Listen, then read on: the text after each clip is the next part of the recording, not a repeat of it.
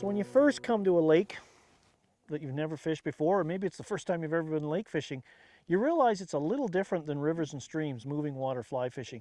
Lakes are vast, and to some they're featureless. So how do you find fish? What are some of the things you can do to help you find fish and get that fish of a lifetime? Well, I use 3 key factors: comfort, protection, and food.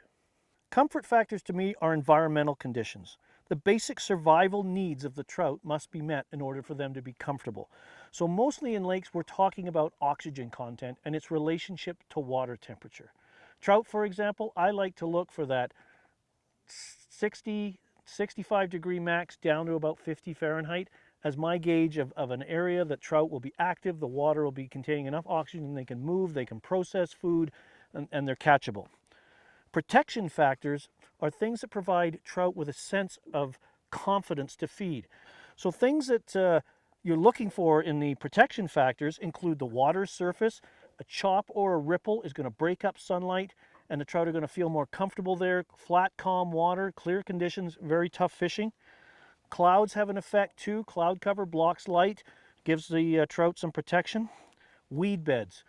Weed beds are everything in the lake. They have comfort, protection, and food. So on the protection side of things, it's like a little forest. The trout can meander through there, search, and feel protected and comfortable feeding.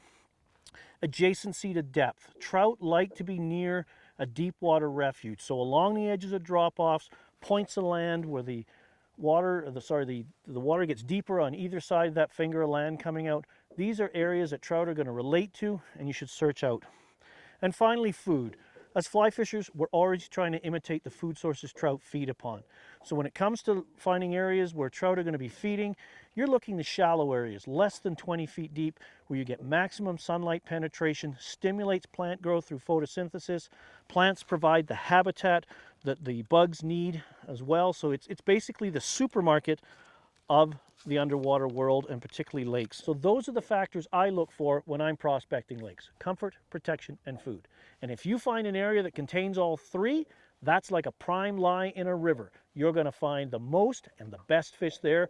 You want to search those places out if you can find them and mark them for next time. That's a fish. Yep, that's a fish. That indicator just went down. Oh yeah. See what he took. I had one pull down just prior to that. I wasn't sure if it was weeds. We're sitting in about 10 feet of water.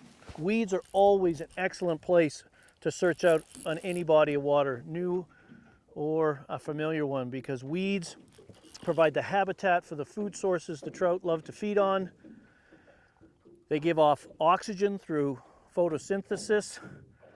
And of course they provide protection as well, because the trout feel quite secure cruising through that underwater forest, free from aerial predators such as ospreys, loons, us.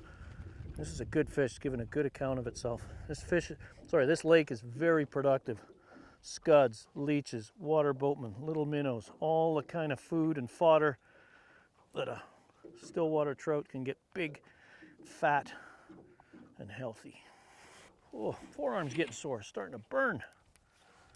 Fish are full of energy right now. The water temperature is 54 degrees, wonderful trout temperature. And he's tired now, he's showing his sides. Stay low, into the basket. This video is made possible by Fish USA, America's fly shop. Visit us today at fishusa.com.